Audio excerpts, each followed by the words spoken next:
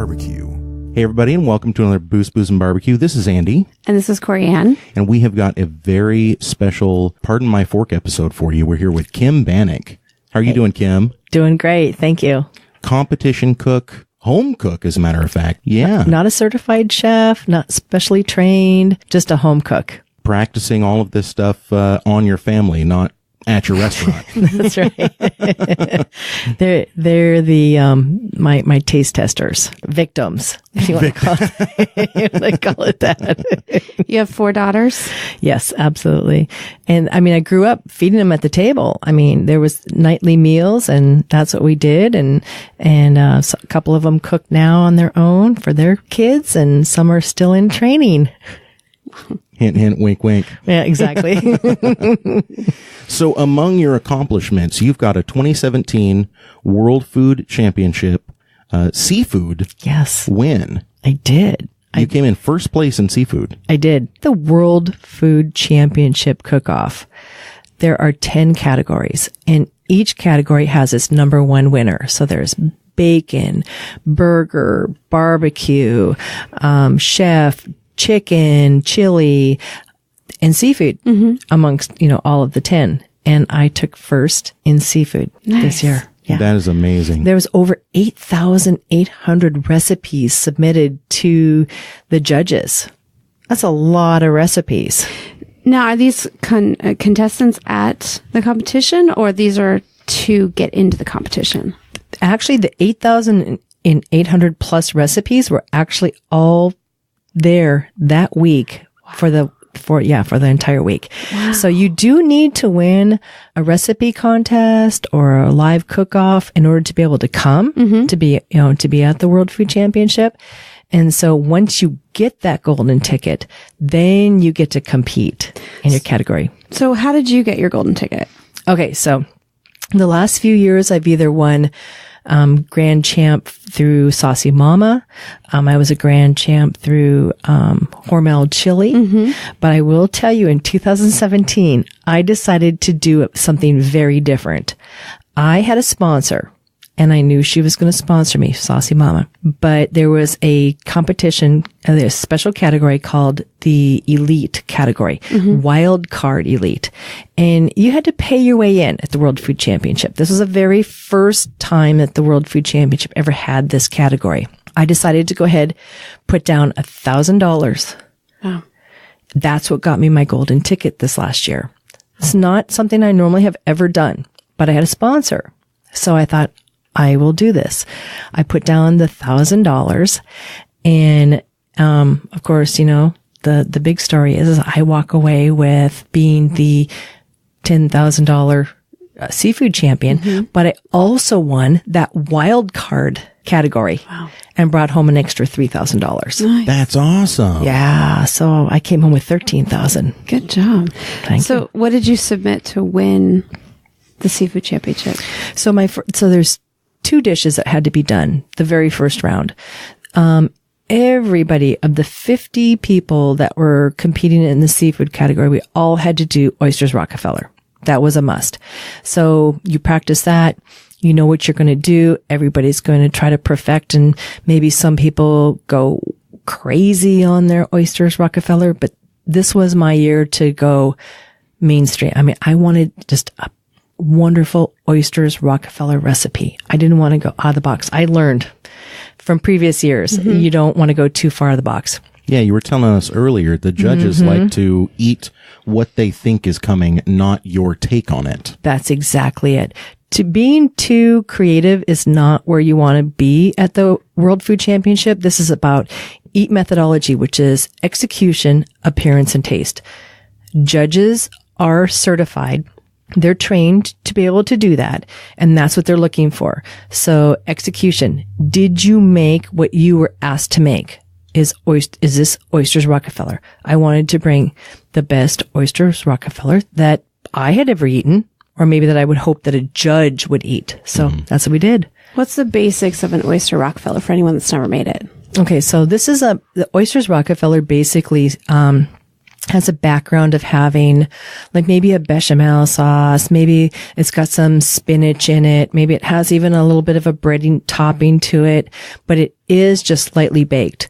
A lot of garlic. And so we went with a Parmesan garlic oysters Rockefeller, and I used my sponsor's, one of her sauces, and we mixed it with a lot of butter. We made a cheesy bechamel that had Havarti cheese in it, lots of Parmesan and garlic and fresh, spinach in it.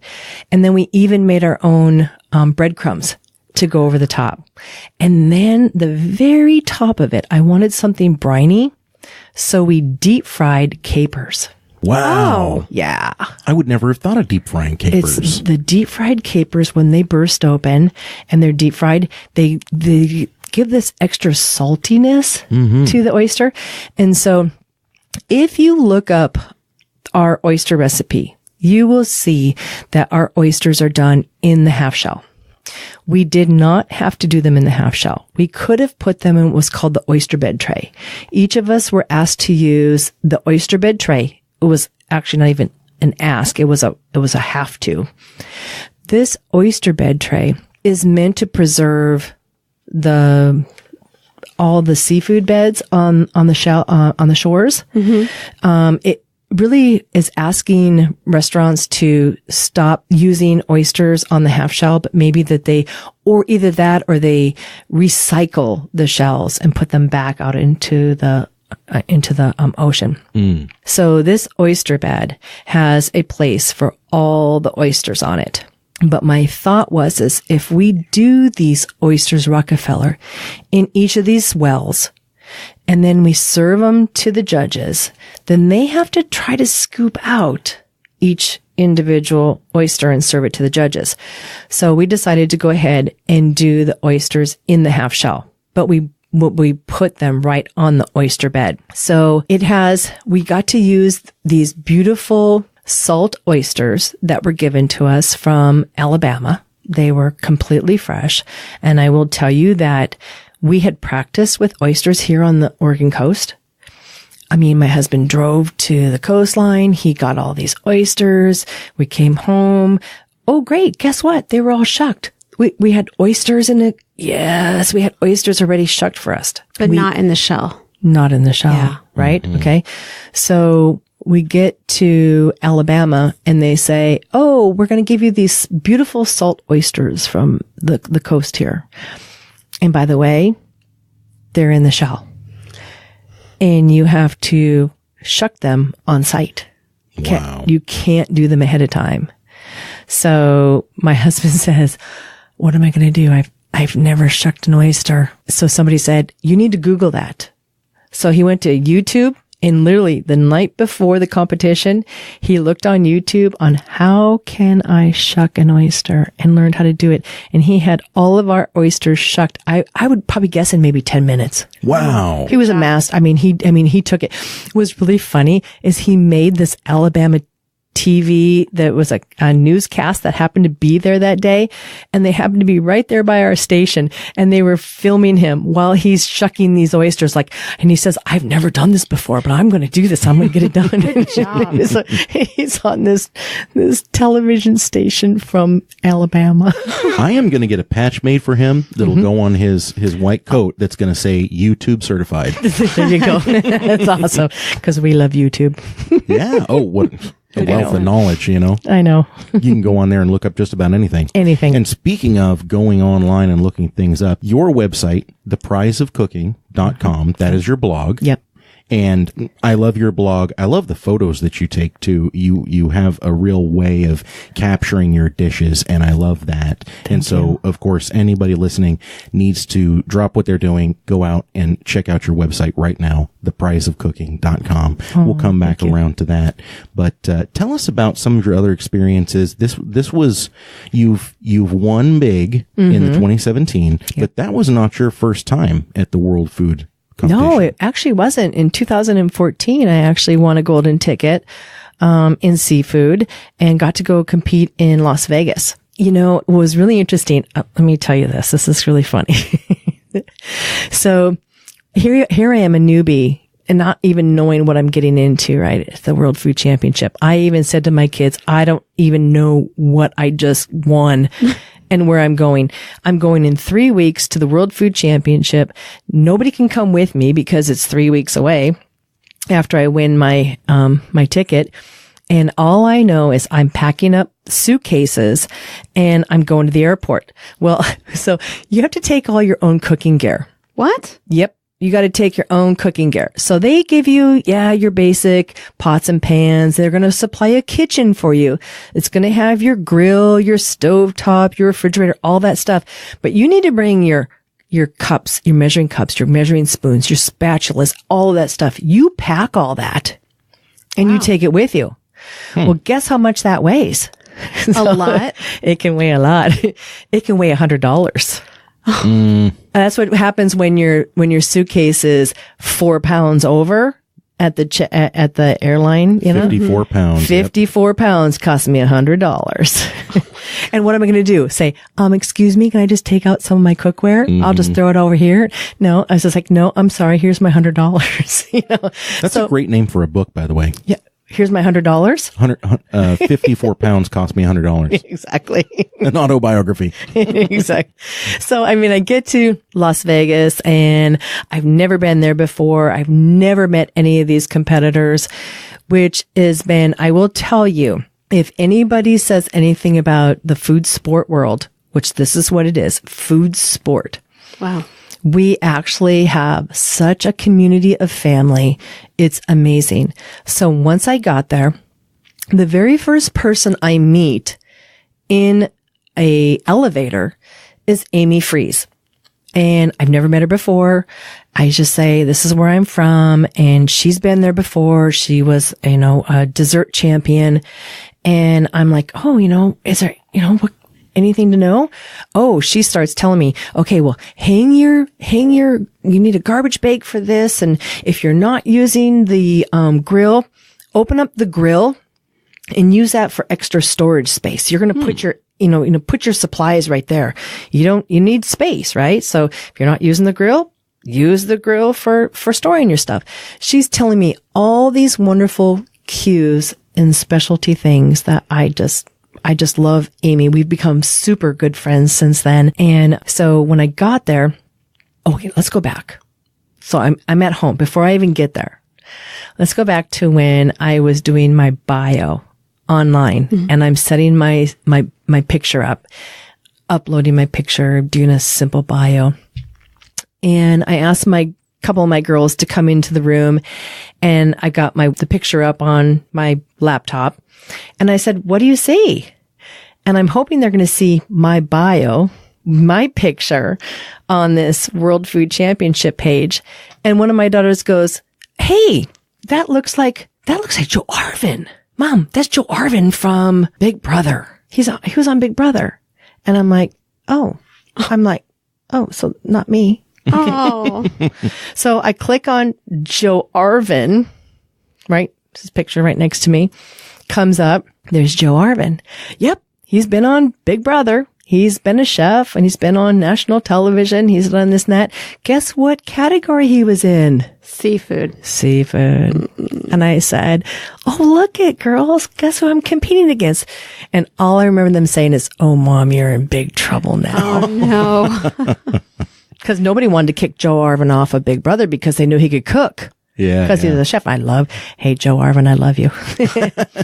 But I will tell you, at the end of the day, after I competed at the World Food Championship 2014, guess who beat Joe Arvin? You did. I did. High five. Yes. Thank you very much. I did. So what did he do on his Rockefeller? Oh, it doesn't matter. He's a loser. Oh, I was just. Oh, and this is actually 2014. Oh, 2014. We were doing fish tacos. Oh, That was our first dish was fish tacos. And I don't even know what he did the second dish. I did my mofongo and then a Hawaiian lava fish taco is what I did for my next one.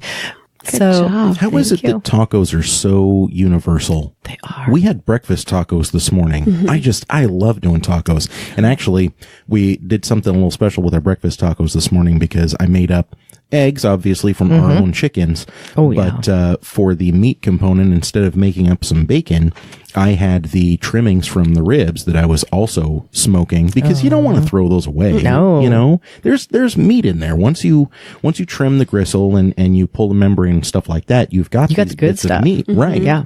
They're not going to stay on the ribs, obviously, because it makes these inconsistencies in thickness, and it's going to cook in a different period of time than the thinner end and stuff like that. So you want to even all that out, but don't throw that away. Absolutely. Put it on the smoker, you know? Yep. And so I smoked that up, and it was done in just a couple hours. And so I thin sliced that, and we had those in our tacos. And Oh, I mean, yeah, really tacos. I mean, if there isn't any kind of taco that you could do, I even thought about doing a taco this next World Food Championship when I have to do mahi mahi. Nice. But I mean, because everybody loves a taco. everybody Who loves doesn't tacos. Get to eat with your hands, and it's this little pocket of goodness. Stuff all the toppings on there. And then you put an extra tortilla down. Then when everything falls, you have an extra taco. When I did my Hawaiian lava taco, I actually made tacos from scratch. I made the flour, the masa right there on site, flattened them out. I deep fried them and made a puffy taco. Oh, What was really interesting is I had never worked on an induction stove before. So I'm trying to regulate my oil in this pot, and it's not hot enough. So I start to go try to deep fry my tacos, and they're not coming out. And by the time, and when you're in an hour rush, and that's all you've got is 1 hour, and you're just like, you'd be surprised what kind of, you put your fingers in hot oil. I mean, I was taking that masa, and I was turning it with my own fingers in that oil, trying to get that thing to just fry and puff up and make that perfect taco. It's crazy. When you watch food competitions online, you're like, did he just stick his hands in Yep. that? Oh, yeah. hot oil? Oh, yes, he did. Yeah. And once in a while, they'll comment. They don't stop, by the way. They just keep cooking, but they're just like, ow, that really hurt. I just stuck my hand in hot oil, but they're still working that knife as they're saying it. The only thing I have to do is if you cut yourself, yes, you're going to stop. But if you're burning yourself, I don't know, just keep going. I was saying, you put a Band-Aid on it later. Wow. That's crazy. And now Grit. you got your ticket to this year's seafood competition and world food competition working with Saucy Mama, right? Or Yes. was that your very first one? Well, so actually my very first one was a redemption ticket in 2014. In 2015, it was Hormel Chili. I won a grand champ with Hormel Chili and got my ticket there. We placed second in People's Choice Chili. So that was really super fun to do. I'm really curious about your chili recipe. I had never made a red Texas chili before. Okay. I will tell you, I'm a bean chili person. So when they said red Texas chili, no beans allowed, I was like, how do you do that? I know. I was like, what do we do? So I had talked to some friends, had given me some advice. I learned how to take dried chilies and tomatoes and hamburger and just make a red chili, Beanless out of that chili. Yep, absolutely. But what I did learn, when you go to the World Food Championship and when you're and if you're in the chili category, I will tell you, you are competing against chili heads. Mm-hmm. These are people who've gone all over the United States and competed in other chili competitions. They know their stuff. And I was so thrilled to be able to take second in People's Choice Chili. But what I did learn is my red Texas chili was a little too brown. I mean, I look at it now and I look back at it and I probably use some of the wrong chilies. I mean, there's a lot of different chilies, the Californias. I mean, all these different chilies. I probably just use the wrong chili. The one thing I will tell you that was a big kind of, it's a secret. Okay. This is like my chili head, inside chili secret. 3BQ exclusive. Mm-hmm. That a lot of them use things like enchilada sauces. What? Yes. Canned sauces. different things like that. To try to get that red color out. To get that sauce flavor. Oh, the sauce flavor. The sauce flavor too. Absolutely. So using canned sauces amongst their chili, in their chili. So it was like, oh, here's me. I'm trying to do everything from scratch. It's like, okay, scratch from this dried chili and making this paste and this and that. And they're using they're throwing in canned products. I'm like, oh, okay. That's how you do some of that. That's really surprising. We encountered exactly the same thing talking to barbecue competitors though. Asking them about what's in your rib or in your rib rub, that sort of thing. Oftentimes they'll just say, oh, it's a combination of these different off the shelf rubs. Right. Absolutely. A lot of people will use maybe a pre-mixed rub of some kind. And I've never done that before. I've always made my own. Yeah, I do too. I mean, it's just like, and I know that there's a lot of stuff that is very convenient to use, but I guess a lot of it is when you don't have hours and hours to make your own sauce, to cook it all down and do all that, they're looking for something that's already been made ahead of time. And so something that's been cooked for hours on hand. And so whether it's a red enchilada sauce or a pico de gallo or something that's already pre-done, they're looking for that extra flavor additive. I wonder if that's why Chopped got so popular, is because they're trying to use obviously fresh ingredients, but then a lot of the ingredients, the wild card ingredients, are these off prepared. The wall. Yeah. And they have to transform it into something else. Right. That's an interesting point. The timing is something that we've heard repetitively. That is the hardest thing to manage, is getting your dish done in a certain amount of time, plated, ready to go. Because when you're at home cooking for friends and family, everybody waits for you. Yeah. Exactly. It's not like you have to have your ribs done at this time, your chicken done at this time, your brisket done at this time. It's a lot more fluid. So you made it like you don't have time to cook sauces down all day. One of the things that happens at the World Food Championship, because barbecue is one of the teams, one of the 10, they are allowed to start their process earlier. They get that privilege. But as far as the rest of the other teams, you don't. You've got the 2-hour time frame. The time starts within the first hour. Your first dish needs to be done. Within the second hour, your next dish needs to be done.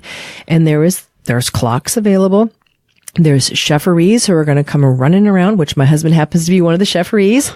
Awesome. But of course, he's not a chefferee when he's cooking in the kitchen with me. Right. But when he's not with me, he's running around there with his microphone in his hand, telling everybody, you've got 2 minutes left. You better be plating this and that. And literally, it's exhilarating, but it's also just crazy to be hearing them continuously going, you've got 30 seconds left, and you're running across this dirt floor in this outdoor arena and trying not to go trip over wires and everything that they've got, and get your plate down. Your plate has to be down. Your hands need to be off, and it's like done. Wow. That might actually be the more fun job for me than cooking. Screaming at people, Cheffery. You've got 2 minutes left. You probably would like that.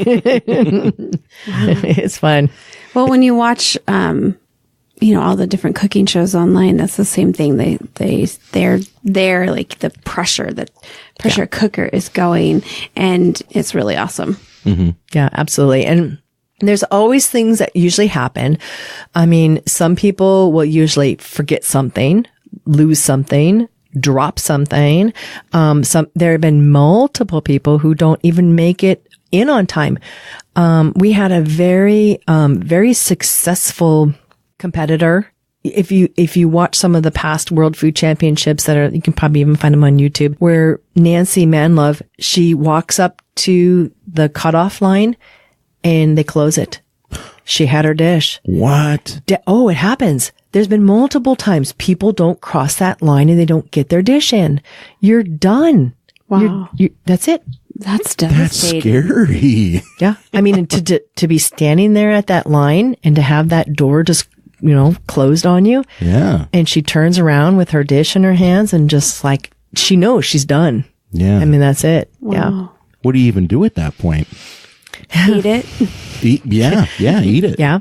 I mean, you go back with your team, you just kind of go, well, we did our best. We just didn't get it done. We didn't get it turned in. That's the thing. Now, tell us about your team. Who works with you? So, in the past, I've had, well, first of all, in the past, I went by myself, and I had a wonderful, friend of mine, Laura Lee from Las Vegas, who stepped in and helped me. She lives in Las Vegas, and there's a long story to that, but we won't go into that. So the second year when I won this chili part, my husband says, I just don't, are you really going to do this? I mean, and we're like, yeah, we're going to go to Kissimmee, Florida. And, he's like, do you want to join me? And he's like, yeah. And I'm like, okay. So my husband, Mark, is joining me, and my friend from church, Casey Brown. Casey, do you want to come and join us too? And so we went, and we did the chili competition in Kissimmee, Florida. And so that's when actually my husband kind of got the whole bug for this thing. I mean, we'll tell you, November, December issue of Taste of Home, you can find his cookie recipe, because he got so bit by the bug to compete that he actually, is in the magazine with one of his cookies. And it's it's eggnog. It's eggnog cookies. Mm-hmm. Jealous. Anyway, I know. So how many times we ate eggnog cookies? So it's like that was quite a few times. But so after that, I mean, so it's been Casey, Mark, and I. And then Casey couldn't return the next year. So I had a friend of mine, Amy Barrett, but she's from Florida. So it's very interesting because here we are in Oregon, and Amy's in Florida. And so I'm sending her my recipes. So she's even Skyping with us, and she's watching, we're talking to each other while we're practicing the recipes, and I'm sending her the recipe, and she's online with us, and we're doing all these things. And so we think we've got this down, right? But the very first time we cook together is actually our competition. Oh, that's nerve-wracking. Yeah, but I think we had talked enough, and we had practiced enough online, even though we weren't side by side, that we felt comfortable enough to do it. And I had given her just like this list of, okay, you're going to chop this, you're going to chop this. But I will have to tell you, Amy broke her foot. Oh, no. After she cut her finger in her food processor blender. What? Yeah, she was cleaning her stick blender, and it was still plugged in. And yes, she had a big bandage on, and then she broke her foot, and she says, I'm still committed. And I'm like, okay, we can do this. I need you in the kitchen. Can you at least just chop things? Okay. So if you watch us on the Discovery Channel, the Best in Food seafood show, you'll see there's a spot in there where you see Amy. She's got her finger just completely bandaged up. It's all wrapped in white, and she's chopping with her hand with that one finger just all bandaged up. And she did it. I know, with a boot on. Oh my gosh. She broke it there and had to wear a boot? No, she broke it right before she came. Oh. And wore a boot with her finger bandaged up. Talk about commitment. Goodness gracious. Dedication. I know. I need some chocolate. I have a recipe that I want to cook with you. When I was perusing your website, I came across your sloppy bison burgers. Oh, yes. I have been thinking about those for like a week. Mm-hmm. If you ever need somebody to come and help you cook those, yeah. Do you like a sloppy Joe? Kitchen. Oh, yeah. Oh, yeah. And I love bison. Yeah. Love bison. I prefer it over beef. Yeah. I mean, it's just super fun. Between elk and seafood and bison, I mean, I don't know. I like a good piece of bologna, but it's like, I don't know. Fried bologna sandwich. I do. Oh my gosh. That is something that I keep saying that I want to try making it at some point is a smoked bologna. Really? Mm-hmm. Smoked bologna. Mm-hmm. We can smoke anything, actually. Yeah. I smoked tomatillos. I made tomatillo salsa. When I had a 5-gallon bucket one year of tomatillos from my garden, and we made smoked tomatillo salsa. I put everything on the smoker, the jalapenos, the onions, the tomatillos, and then from there I made the salsa and then canned it. It was so good. Canned it at home. Mm-hmm. Nice. Yeah. That's the way to go. Yeah, as you have seen, my wife is quite the gardener. Mm-hmm. And so I have no doubt that we're going to have a lot of stuff coming out of the garden this year that needs canning. The very least Tomatoes. eaten. but probably some canning that's going to go on. I have a lot of tomatoes coming on, and I was looking at a tomato jam recipe that I thought would be really fun to make. That better be a tomato bacon jam. Oh. Yeah. So let's talk about, bacon. I had a roommate at the World Food Championship. So a couple years back, I met online Rebecca Evans, and she put it out there that she needed a sous chef. And this is probably 2016 maybe. And I was just like, hey, I'm going to be at the World Food Championship in Kissimmee. I would love to be your sous chef. Well, this was back when they allowed a head chef to sous chef for another cook. Now they don't allow that. So if I'm my own category, I can't cook for someone else in their kitchen unless I've already been disqualified. So you see what I'm saying? You have to be disqualified before you can go help somebody else. So Rebecca gives me a call and I meet up with her. Never met her before, but I said, I'm here for you. I would love to help you out. And we get there. She gives me all of her, and I even brought Mark and Casey into it. And all of us helped Rebecca do her bacon entry, and she took 4th that year. Wow. So we became very great friends, and we still are, of course. And so last year at the World Food Championship, Rebecca Evans and Mark and we shared a condo together, and lo and behold, she becomes first in bacon. So she's the bacon champion. Bacon right? queen. Bacon queen. She is. You need to put that on a t-shirt. Oh, yeah. So bacon champion, and I'm the seafood champion. 2 of us. And you should have seen us. We were jumping on the beds with our $10,000 cardboard checks. We had this banger, whatever, but what do they call it? Boomerang? We have this boomerang picture of us jumping on the bed with our checks. So what'd she do for her bacon? She did a kind of a play on an apple pancake. Oh. And where you do those puffy pancakes, and they had the bacon. Like a Dutch baby? Mm-hmm, like a Dutch baby. And she had to infuse a peach, I think it was a peach tea by Lipton, because everybody will always have a specialty item. This year she has to do a tomato product, and I have to use Challenge butter. Oh, yeah. Hey, Challenge butter and seafood. Not a problem. Not a problem. Mm-hmm. So, like I said, and my first dish has to be a mahi-mahi on a cedar plank or wrapped in cedar. That's my first dish. My second dish just needs to include the Challenge butter. And I'm thinking scallops. Mm-hmm. Nice. I know. Can't go wrong. You were telling us earlier with the first dish, and it has to include the cedar in some way, either a plank or a wrap. Yes. But if you use a plank, that needs to be your eating surface, right? That's true. And so your thought process, if I'm deducing this correctly, is you're going to go with a wrap so that you can plate it on something different. That's right. That's kind of what my plan is. To use a cedar plank just gives me a very limited space, because then all of your presentation has to be on there. If you're going to put a side dish on there and all of your garnish or whatever, and then you have to have not only a presentation dish plus 5 judges servings on there. And the judges servings don't need to be the exact size of the plating.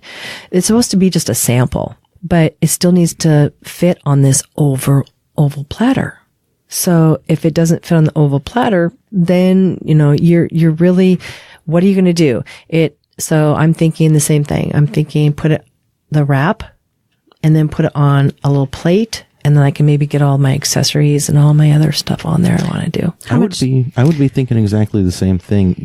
You want to avoid as many of those pitfalls as you can, because this stuff, they're doing it on purpose. There's no doubt about it. They want you to find a way to fit within their constraints. Mm-hmm. And if you're not thinking ahead, that is going to be a misstep that could cost you something. Right. It's just like the time management. Right. Space management is right up there. Yeah, absolutely. In fact, they have very strict rules over how far plating can go over the edge. Okay, so they give us the oval tray, and they give us the dimensions of the oval tray, but your plating can only go over beyond it, only a couple inches, and it can only go so high.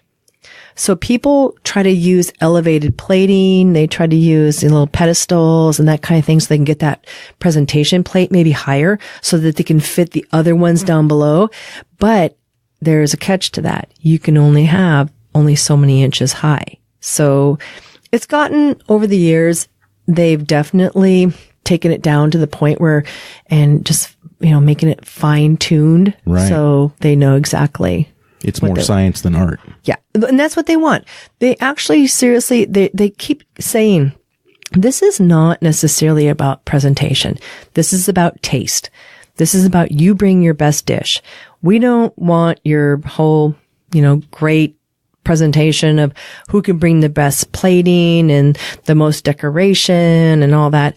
It's wow your judges with your dish. Because with the flavor. With the flavor. Mm-hmm. How much time do you have to prepare? So I just found out only a couple weeks ago that it was going to be mahi. And so now I have until, I think it's October 1st before my recipe has to be turned in. I'll turn the recipe in online. Nobody will know it. And then we'll go from there to the competition. And weren't you saying when you submit that recipe, it gives the judges an idea of what that dish is going to be? And so if you're trying to go too far outside of the box, if you try to go too gastronomica, and make your take on something, then you can be marked down for that. Absolutely.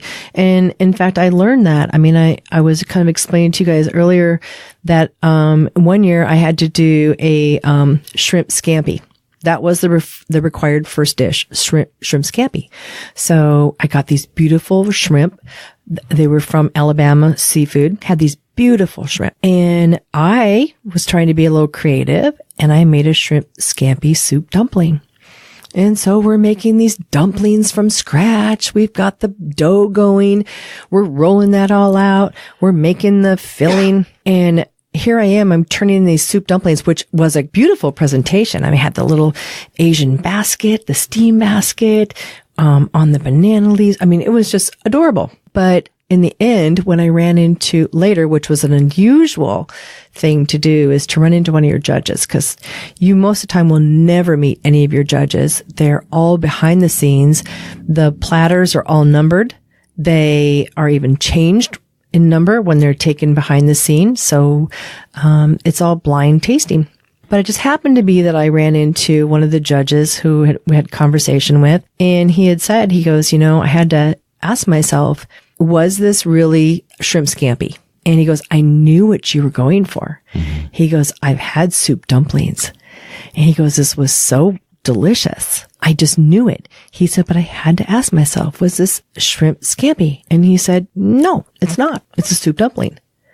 So I have to be careful. That was the year of learning that execution needs to be what you've been asked to make. Mm-hmm. So mahi wrapped in a cedar plank, or wrapped in cedar, or on a cedar plank. Okay. So I have a lot of freedom in that one. This last year was Oysters Rockefeller. And that was the big thing, was make that Oysters Rockefeller the best Oysters Rockefeller that people would recognize. Mm-hmm. Yes. Not just, be able to taste and enjoy, but would they say, oh, I recognize this. I can get this. Mm-hmm. Mm-hmm. That's really important. Now, are you competing in anything coming up, or is everything preparing for the World Food Championship? Is that in November? Mm-hmm. It is in November. I actually have 5 recipes out right now that I'm always entering competitions. Mm-hmm. It's one of the things I do. The food sport world is actually super large. I mean, there's always things going on. I didn't enter the Better Burger competition this year for $25,000 because it happened to be the same time that the Oregon State Fair is. And so I'm a special guest and celebrity chef. I'm doing a cooking demo there. So I didn't even enter the Build a Better Burger, but I'm also waiting on 5 others. And so I enter those, and you just kind of sit back and you wait, because those are all online recipe contests. And I've won anything from $50 to $1,000 on some of those. So you just kind of wait and you sit back and. So one of the recipes that you have submitted right now is that amazing wing recipe that you brought for us today. Thank you. So what is the name of that? That one is my cranberry chili sauce sticky wings. I loved those. They were delicious. So good. Thank you. And of course, the recipe can be found on The Prize of Cooking. theprizeofcooking.com. Yeah. It should be right up at the top. I think it's one of your newer posts. It is. And also, I recommend everyone, when you're going and checking out that website, make sure you try some of Kim's recipes. They're really easy to do, easy to follow recipes. I like that you're not one of those people where you've got pages and pages of stuff before you get to the recipe, or the recipe is one of those things where there's a button that you missed while you were scrolling. I hate the blogs that do that. Yours is just boom, right there, bold letters. I really appreciate that you do that. It makes your blog very easy to follow. Thank you. Thank you. Thank you. So you seem to be in a cranberry theme right now. I am. Can you tell? I'm a little bit of a cranberry theme. I mean, because the Cape Cod Select competition that I'm in allows us to do 3 different recipes. So and as a blogger, I get invited to participate in a lot of these competitions. And so they send me the ingredients. So they sent me 6 pounds. So it was two big bags of cranberries. So I was able to practice, but there was 3 different categories. There was a salad, there was an appetizer, and then there was the beverage. So I brought you the appetizer, which was the wings. And then I also brought along the cranberry simple syrup for our whiskey sours. Yeah. Why don't we go ahead and give that a try now? I know. It sounds great. I'd come and live with you for these. These are amazing. In the backyard by the fire pit. So you brought some of your own rosemary from your garden, which is amazing. Thank you. You're welcome. And you brought cranberries that you have already received for the competition. Yep. And they're incredible. Where'd these cranberries come from? From Cape Cod Select. They're back east. Nice. Cape Cod Select. And they are just amazing. If you look at the size of these cranberries, I mean, they're gorgeous. And the flavor is exquisite. Yeah. They're a great cranberry. So what's this cocktail for? Okay, so this is part of the Cape Cod Select competition that I'm being a part of. One of the categories was a beverage. Now, it could be alcoholic or non-alcoholic. I decided to go ahead and do a cocktail this year and decided to do a cranberry whiskey sour. I have to tell you, I don't do a whole lot of hard alcohol. I mean, I'm more of your wine drinker. Sure. So I had to go to the liquor store and I said, I want to make a whiskey sour.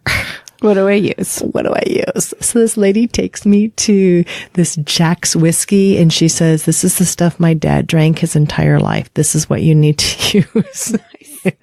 So I'm like, okay, I just take it home, but I'm infusing it, right? So I knew I was going to infuse it. And I have to tell you that, one of my daughters gave me a cookbook earlier in the year for my birthday. And, I'm always taking cookbooks and looking for ideas and inspiration.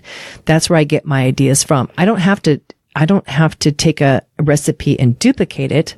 Are you just feeling the love? Oh, I am. I'm so excited. I have to show you 2 of my favorite cookbooks later. So you have no idea how many cookbooks I have. So I have shelves of cookbooks. But so this one, and I know my husband is just rolling his eyes when he says like, oh, there's another cookbook in the house. But I'm like, I don't necessarily cook a recipe from the book. It's research. It is. It's research. It's research. It's so important. It's my magazine. It's like, he gets his magazines. I get this. These are my magazines, right? And I can't even convert to the, iPad version yet. I just can't do that. I mean, because I want the hard copy. I want to be able to touch and the texture of a cookbook in your hand and be able to flip through the pages and go through.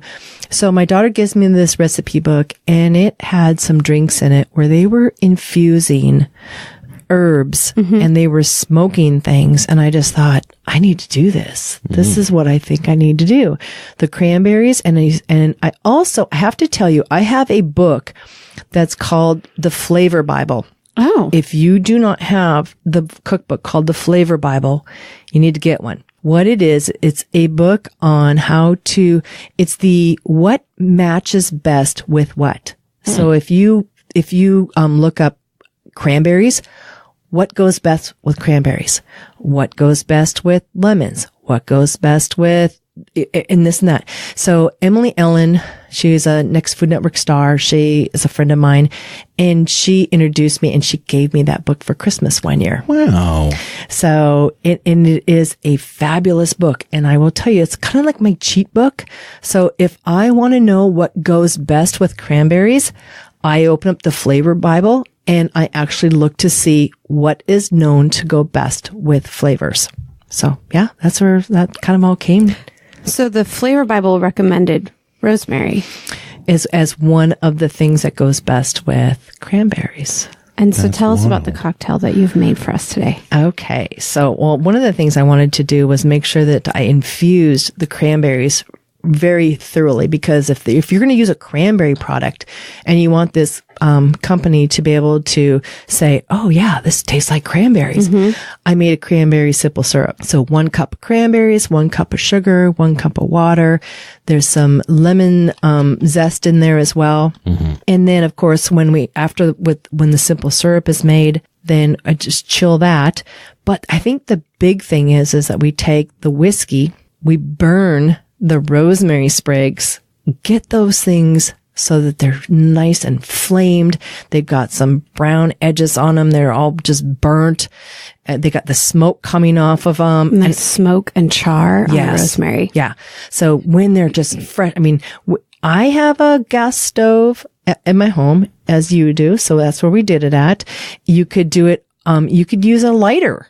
I mean, if you needed to, some kind of, those long handled lighters and get those things burning.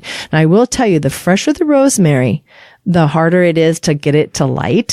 So if it's a little bit drier, you're going to get a better flame off of it and more smoke. You had talked about a bouquet of rosemary, and Andy has a flamethrower that sometimes he uses to start campfires when we have a party. So in my mind, I was imagining a bouquet of rosemary and Andy with his flamethrower just getting it going and then dunking it in a bucket of this simple syrup. We have a very special relationship with rosemary because our first Christmas tree in this house, we got this house December 15th.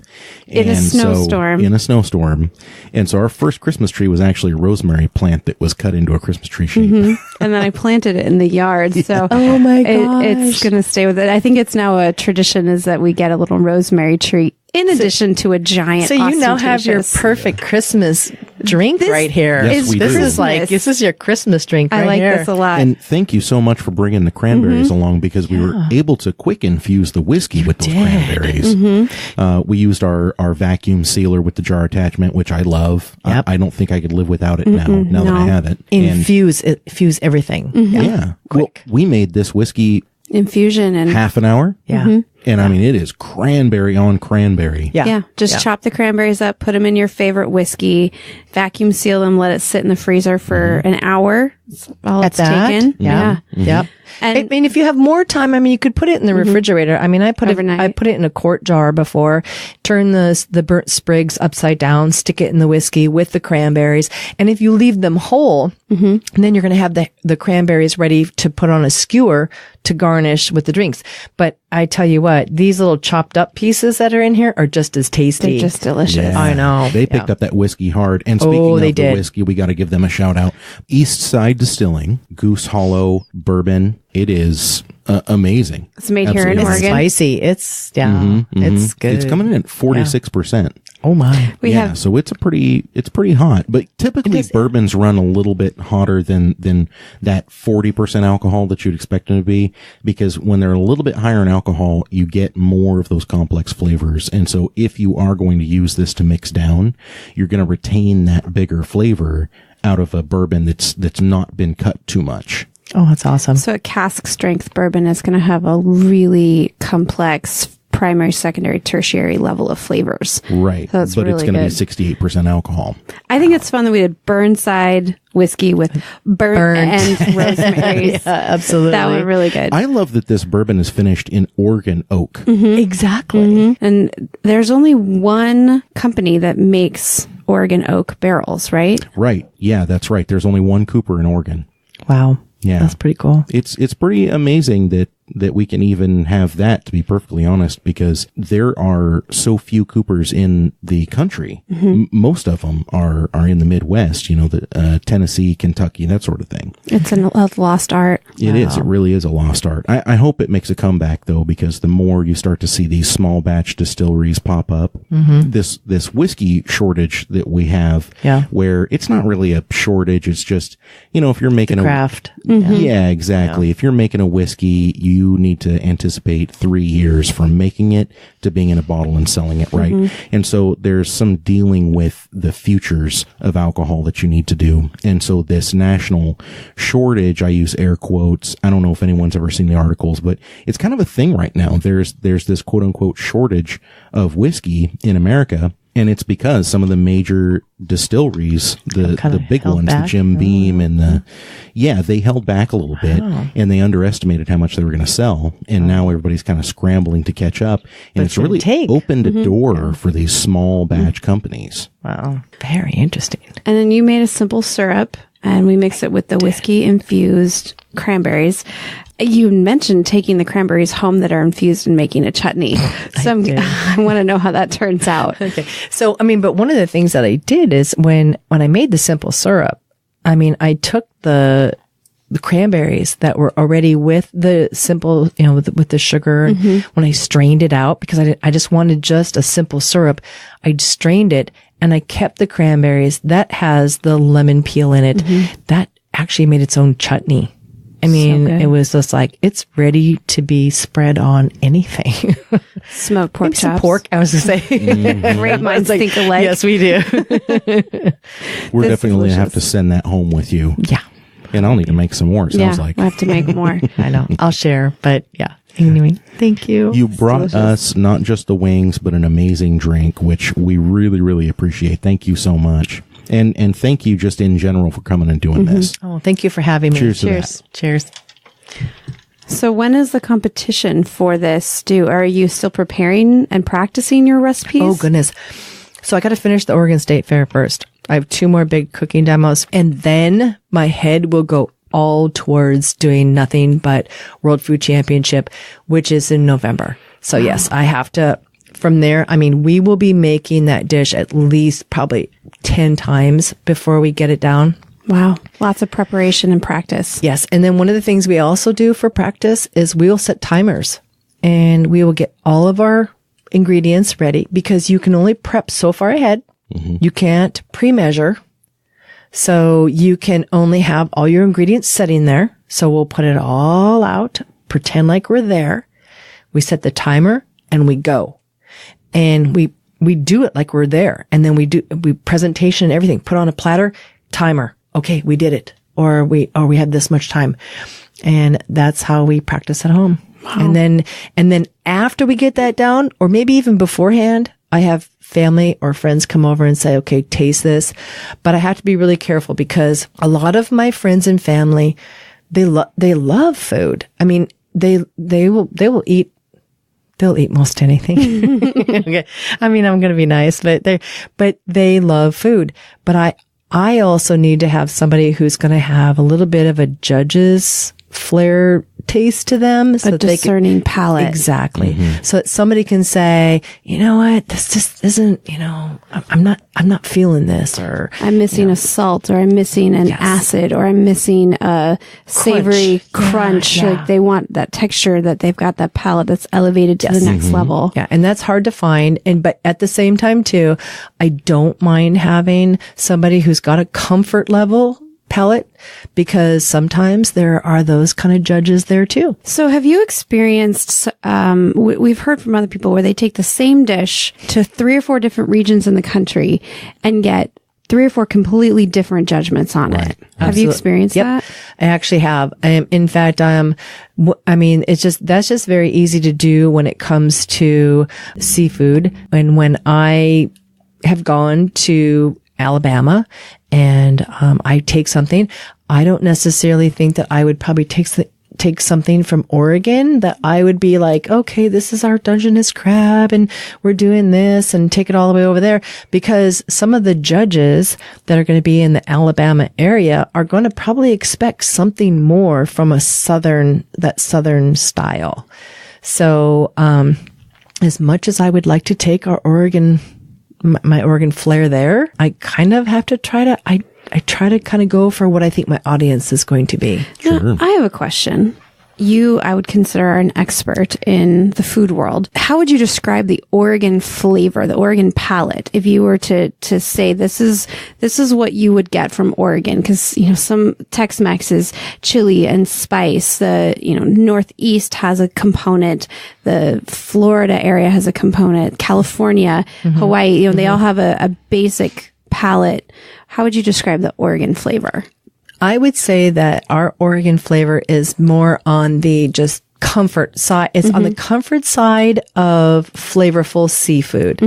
It's not anything that is, I think we do bring flavor in to our freshness, whether it's salmon or steamers or scallops, those type of things. But I don't think we don't necessarily go out of the box when it comes to flavor. Sure. And we're not putting anything, there's nothing that we have behind us here that is saying, oh, we have to have grits in this, or we have to have a Creole flavor, or it has to have a hot sauce on it. It could be just simple seafood with, I mean, just a salmon, just a baked salmon. Well, I really appreciate you coming here and giving us your opinion on the different flavors and sharing some of your flavor with us. And of course, anyone can go out and find any of your flavors at your website. Yep, absolutely. theprizeofcooking.com. And you can find me on Facebook, Twitter, Instagram, all of them under The Prize of Cooking. Everybody needs to run out right now and do that. I love all your social media posts. I love seeing the photos as you're going through and cooking the different dishes and seeing the progression. It's really nice to see. And I'm glad that you guys are doing it. Thank you. I'm glad that somebody local to us is going out there and really showing the big boys that, hey, by the way, home cooks can do it too. You're right. And Oregon can do it too. Represent. Absolutely. That's right. Thank you. That's Absolutely. right. So thank you so much for being here. All right, maybe we won't use that part. We'll cut that out. I was trying something. I don't know. Everything we cut edited. Anyway, thank you so much for coming and sharing your food and giving us your tips and your experience. It really helps us elevate our own cooking here at home. That's right. It's a food sport world that is its own thing. It really is. I want to do some more of it. You need to. Yep, absolutely. You do. You need to dive on in. You're giving me the bug now. Hey, listeners, thank you so much for tuning in. Thanks for telling a friend. Make sure to like, share, and subscribe. Check us out at boostboozbbq.com. The Facebook, the Instagram are both Boost Booze BBQ. You can find us there. So for Kim, Corey Ann, and everyone else here at Boost Booze and Barbecue, thank you so much, and we will see you next time.